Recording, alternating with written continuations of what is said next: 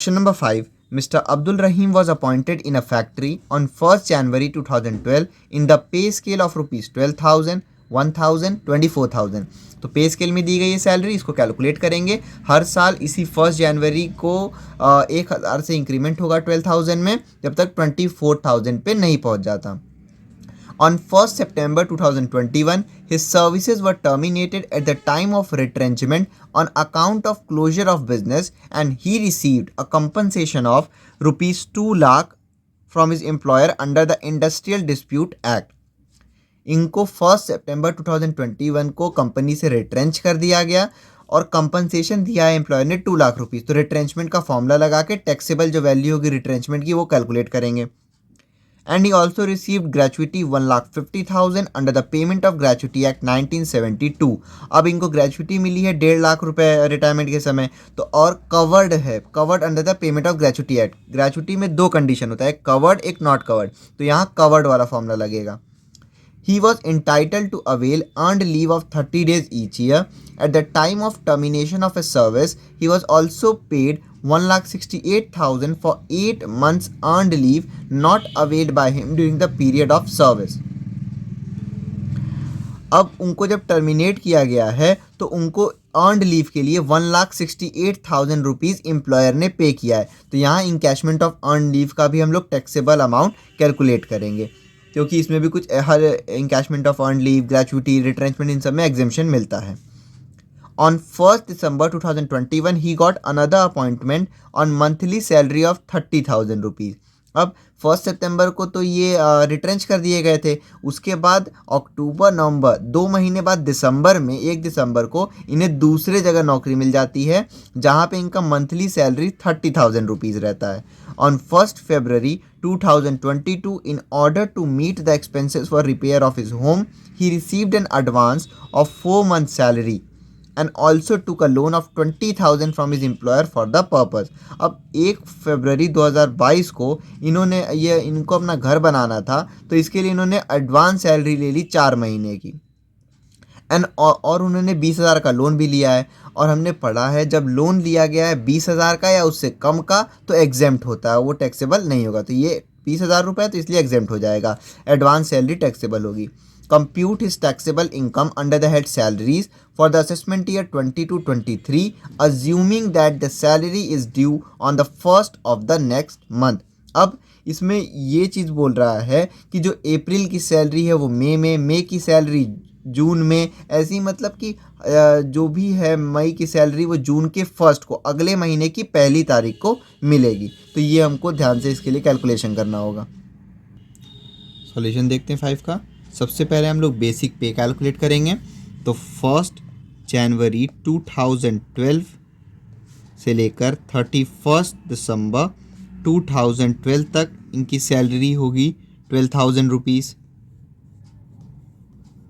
ऐसे ही 1 जनवरी हर साल उसी डेट को 1 जनवरी को ही 1,000 से इंक्रीमेंट होगा। 31 दिसंबर 2013 तक इनकी सैलरी हो जाएगी 13,000 रुपीज़। फिर 1 जनवरी 2014 से लेकर 31 दिसंबर 2014 तक इनकी सैलरी 14,000 रुपीज़ हो जाएगी। फिर 1 जनवरी 2015 से लेकर 31 दिसंबर 2015 तक इनकी सैलरी फिर 1,000 से इंक्रीमेंट लग जाएगी, 15,000 हो जाएगी। फिर 1 जनवरी 2016 से लेकर 31 मार्च 2016 तक इनकी सैलरी 16,000 रुपीज़ हो जाएगी। फिर 1 जनवरी 2017 से लेकर 31 दिसंबर 2017 तक इनकी सैलरी 17,000 रुपीज़ हो जाएगी। फिर 1 जनवरी 2018 से लेकर 31 दिसंबर 2018 तक इनकी सैलरी 18,000 रुपीज़ हो जाएगी। फिर 1 जनवरी 2019 से लेकर 31 दिसंबर 2019 तक की इनकी सैलरी 19,000 रुपीज़ रहेगी। 1 जनवरी 2020 से लेकर 31 दिसंबर 2020 तक इनकी सैलरी रहेगी 20,000 रुपीज़।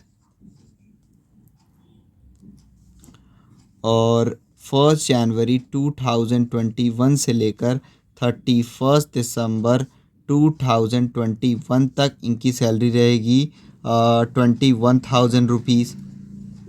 और 1 जनवरी 2022 से लेकर 31 दिसंबर 2022 तक इनकी सैलरी रहेगी 22,000।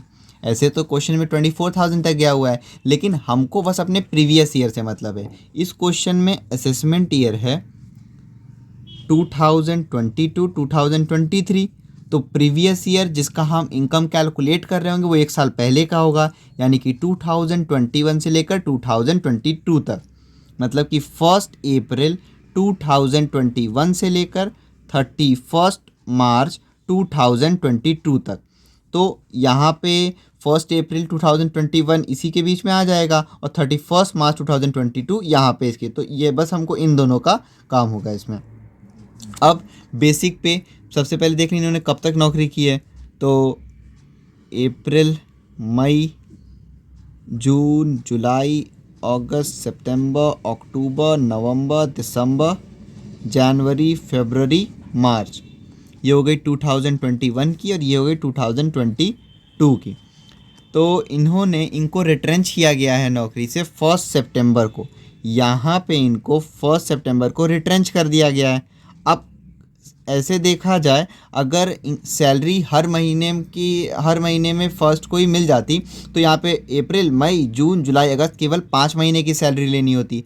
लेकिन इस क्वेश्चन में बोला गया है कि अप्रैल की सैलरी मई में, मई की सैलरी जून में, जून की सैलरी जुलाई में, जुलाई की अगस्त में, तो अगस्त वाली जो सैलरी है वो सितंबर के फर्स्ट को मिली होगी।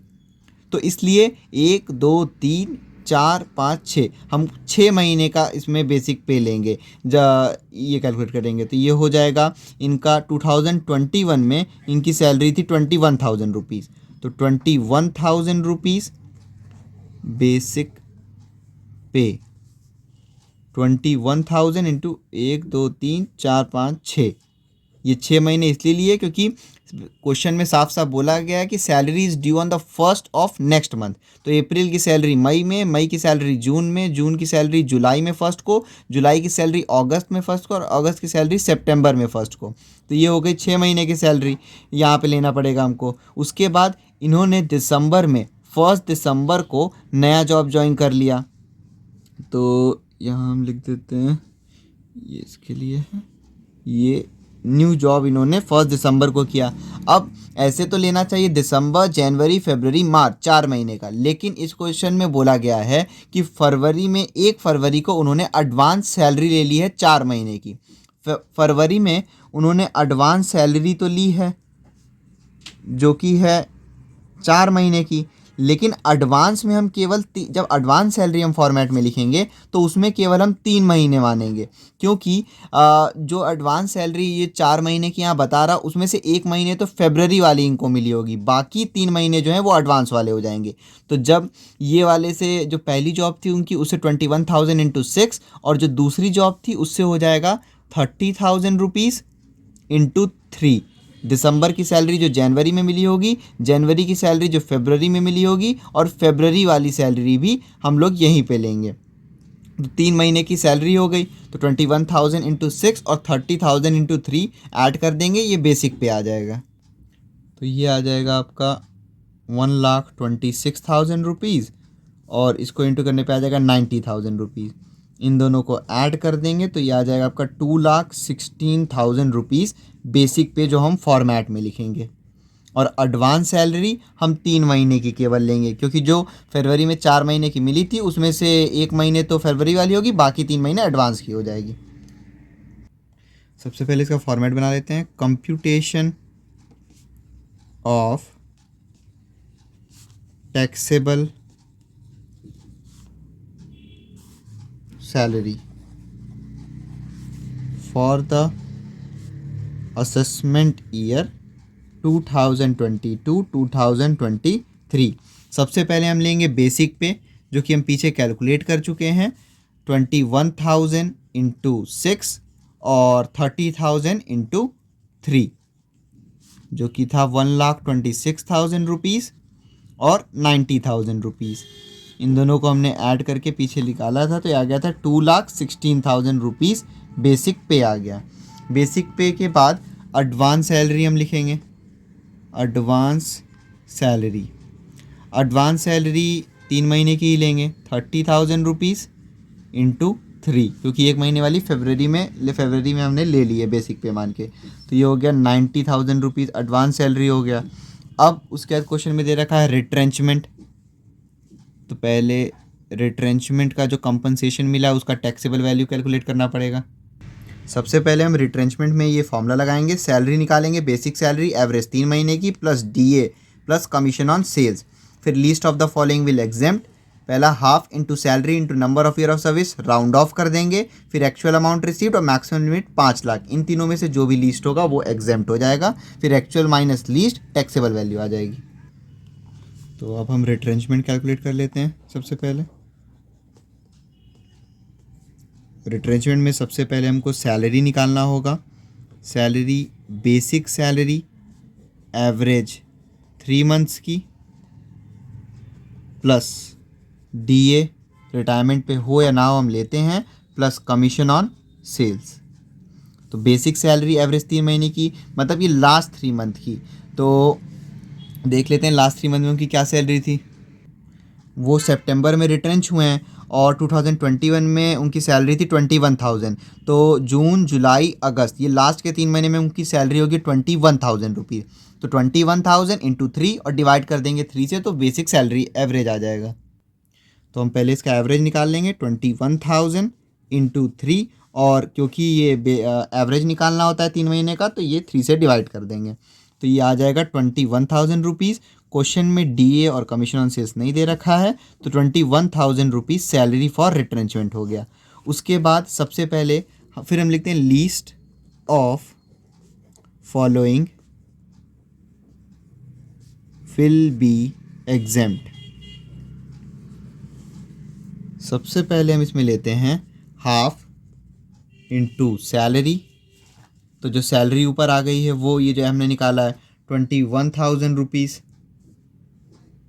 Into number of year of service, round of करते हैं। तो अब number of year of service पहले हमको देखना होगा कितना है। अब जो number of year of service है पहले हम वो यहाँ से देख लेंगे और उसको राउंड ऑफ कर देंगे। तो 1 जनवरी 2012 से लेकर 31 दिसंबर 2012 को इनका 1 साल हो गया।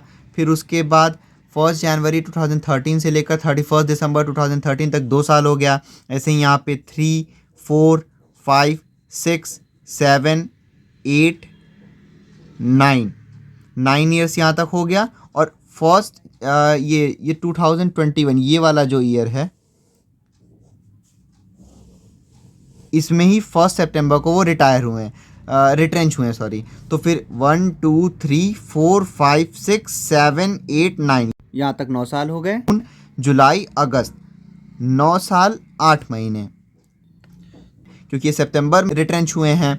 तो फिर इसको हम राउंड ऑफ कर देंगे। 9 ईयर 8 मंथ है, तो क्योंकि मंथ जो है वो 6 महीने से ज़्यादा है, तो फिर इसको सीधे हम 10 ईयर लिखेंगे। तो यहाँ राउंड ऑफ करके ईयर आ गया 10। अब इसको सॉल्व कर लेते हैं।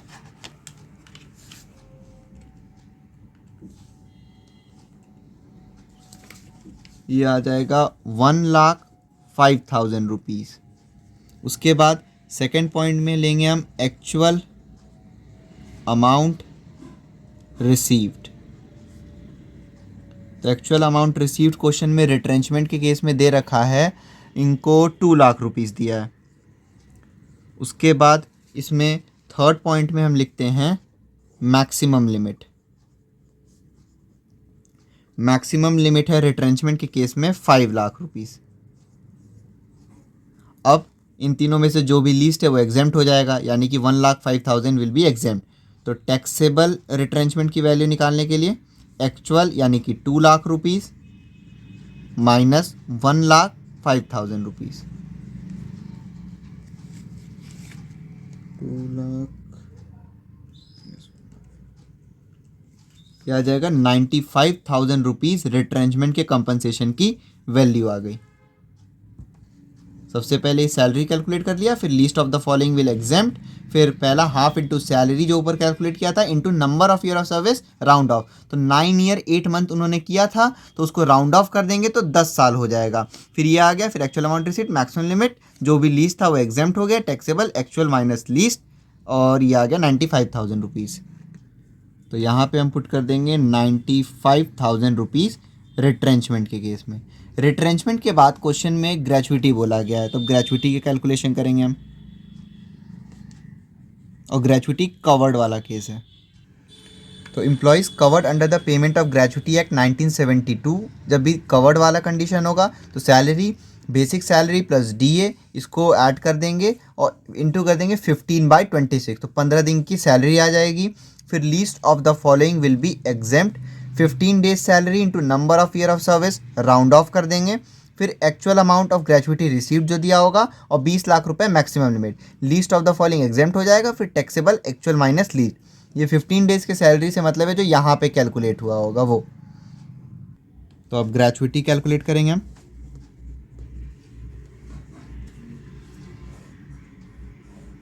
सबसे पहले ये कवर्ड वाला कंडीशन है,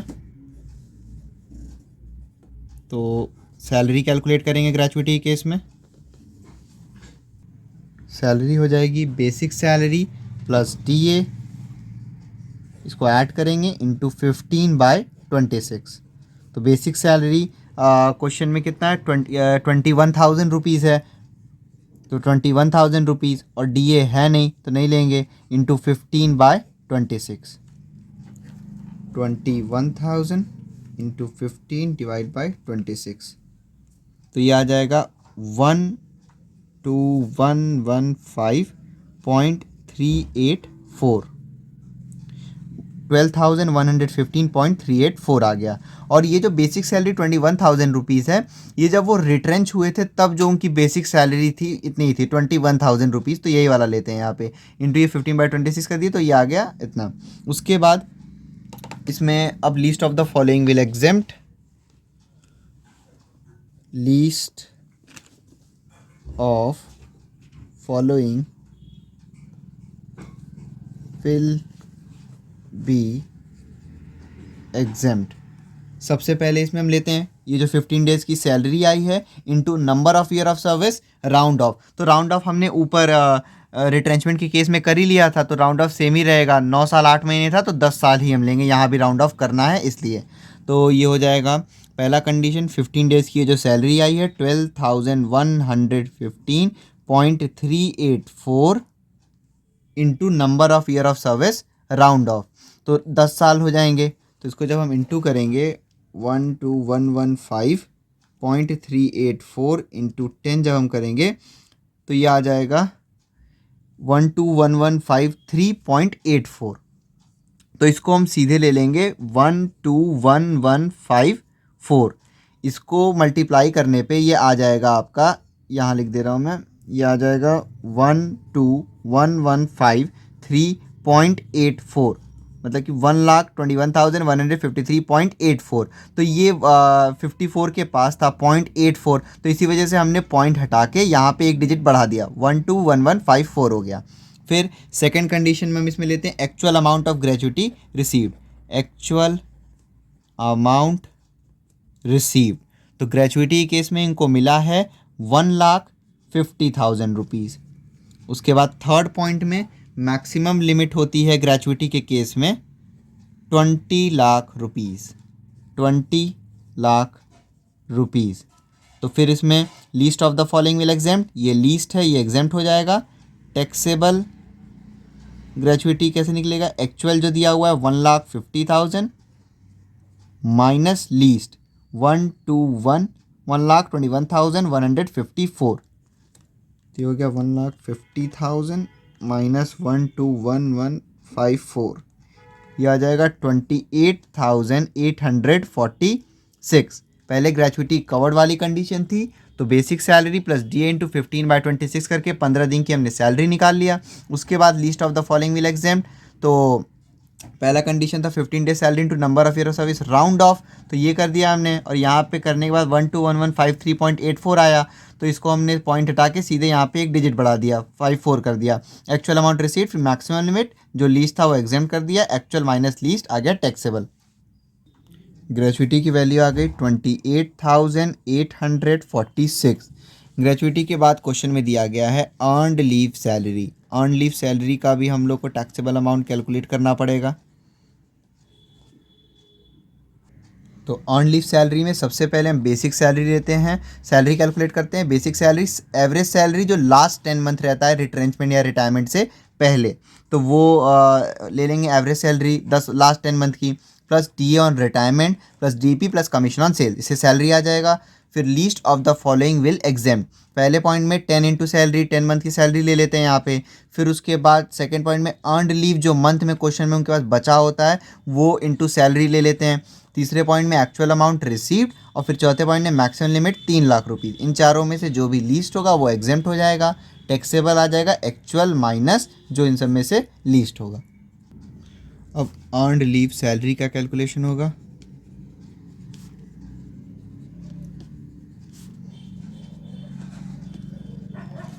सबसे पहले हम सैलरी लेंगे, बेसिक सैलरी जो एवरेज होती है लास्ट 10 मंथ की,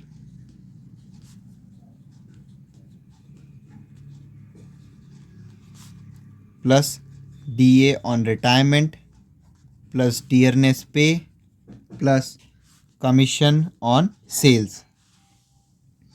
उसके बाद इस क्वेश्चन में पहले average of last 10 month calculate कर लेते हैं। तो ये रिट्रेंच हुए हैं 1 सितंबर को, तो इससे जो पहले 10 लास्ट 10 मंथ थे उसका हमको एवरेज सैलरी लेना है। पहले लास्ट 10 मंथ देख लें, तो ये 1 2 3 4 5 5 महीने तो ये हो गए, ये अप्रैल है, तो जनवरी फरवरी मार्च, तो 2021 में तो यहीं तक रहेगा, जनवरी फरवरी मार्च अप्रैल मई जून जुलाई अगस्त, 1 2 3 4 5 6 7 8। तो जो हम लास्ट 10 मंथ की सैलरी निकालेंगे उसमें सबसे पहले 8 महीने की सैलरी तो हो जाएगी। 2021 में इनकी सैलरी थी 21,000 रुपीज़ इंटू 8 कर देंगे। उसके बाद 2021 से पहले ईयर आता है 2020, तो 1 जनवरी 2021 से पहले 31 दिसंबर 2020 और नवंबर 2020 वाले, मतलब 2 महीने और लेंगे हम, तो उसमें इनका 2020 में इनकी सैलरी थी 20,000 रुपीज़, तो ये हो जाएगा 20,000 इंटू 2। हमको लास्ट 10 मंथ की सैलरी लेनी थी। सबसे पहले हमने देखा कि सितंबर से पहले लास्ट 10 मंथ कौन से होंगे, तो ये 21 में जनवरी से लेकर अगस्त तक होंगे, और 2020 में नवंबर और दिसंबर 2 महीने होंगे। तो 8 महीने हमने ले लिए 2021 वाले की सैलरी, और 2 महीने हमने ले लिए 2020 की सैलरी, इन दोनों को ऐड कर देंगे, तो ये हो जाएगा 21,000 इंटू 8, यह आ गया 1,68,000 रुपीज़, और ये 20,000 इंटू 2 ये आ गया 40,000 रुपीज़। दोनों को ऐड कर देंगे, ये हो जाएगा 8086410, 2,08,000 रुपीज़ जो है ये लास्ट 10 मंथ की सैलरी आ गई। Salary of last 10 months. अब हमको वहाँ पे सिर्फ एवरेज लेना है, तो वहाँ पे हम सिर्फ एवरेज लेंगे। तो एवरेज के लिए हम लोग ये जो लास्ट 10 मंथ की सैलरी होती है 2,08,000 रुपीज़, इसको हम डिवाइड कर देते हैं 10 से ताकि एवरेज आ जाए, तो ये हो जाएगा 20,800 रुपीज़ एवरेज सैलरी। तो लास्ट 10 मंथ की सैलरी आ गई थी 2,08,000 रुपीज़, फिर उसका एवरेज हमने निकाल लिया 10 से डिवाइड करके, तो आ गया 20,800 रुपीज़। क्वेश्चन में और कुछ भी नहीं दे रखा है, तो यही सैलरी फॉर अर्न लीव हो जाएगा 20,800 रुपीज़। अब least of the following will exempt. पहला पॉइंट इसमें होगा अर्न लीव में 10 इंटू सैलरी 20,800 को, ये जो सैलरी आई है इसको 10 से इंटू कर देंगे, तो ये आ जाएगा 2,08,000 रुपीज़। सेकेंड पॉइंट में इसमें हम लेंगे जो अर्नड लीव होता है इन मंथ, तो क्वेश्चन में दिया गया है 8 months earned leave not availed by him, तो earn leave in month into ये वाली सैलरी करते हैं 20,800, तो ये हो जाएगा 20,800 इंटू 8, 1,66,400 रुपीज़। उसके बाद थर्ड पॉइंट में इसमें आ जाएगा जो एक्चुअल अमाउंट रिसीव होगा अर्न लीव के लिए। एक्चुअल अमाउंट रिसीव है अर्न लीव में 1,68,000 रुपीज़। फोर्थ पॉइंट में हम लेंगे मैक्सिमम लिमिट जो कि फिक्स होती है अर्न लीव सैलरी के केस में 3 लाख रुपीज़। इन चारों में से जो भी लीस्ट है वो एग्जेम्प्ट हो जाएगा, तो 1,66,400 लीस्ट है। Taxable is equal to actual दे दिया हुआ है 1,68,000 रुपीज़ माइनस 1,66,400 रुपीज़, तो ये आ जाएगा आपका 1,600 रुपीज़।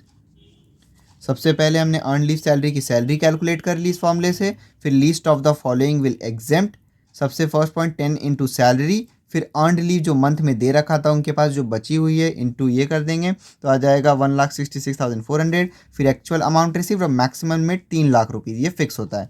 फिर taxable actual amount minus least हमने किया तो 1,600 रुपीज़ अर्नड लीव सैलरी की टैक्सेबल वैल्यू आ गई, तो यह क्या 1,600 रुपीज़। अर्न लीव सैलरी के बाद क्वेश्चन में और कुछ दिया नहीं है, हमने salary, advance salary, retrenchment, gratuity, earn leave salary सब कुछ ले लिया। अब हम इसको और लोन दे रखा है तो लोन 20,000 से कम है, लोन 20,000 रुपीज़ का है तो इसलिए एग्जेम्प्ट हो जाएगा, क्योंकि जो लोन 20,000 या 20,000 से कम होता है तो वो रूल है कि एग्जेम्प्ट, उसके ऊपर कोई टैक्स नहीं। अब इन सबको हम ऐड कर देंगे, यह आ जाएगा 4,31,446, ये हो गया ग्रॉस सैलरी। लेस कर देंगे स्टैंडर्ड डिडक्शन जो कि फिक्स होता है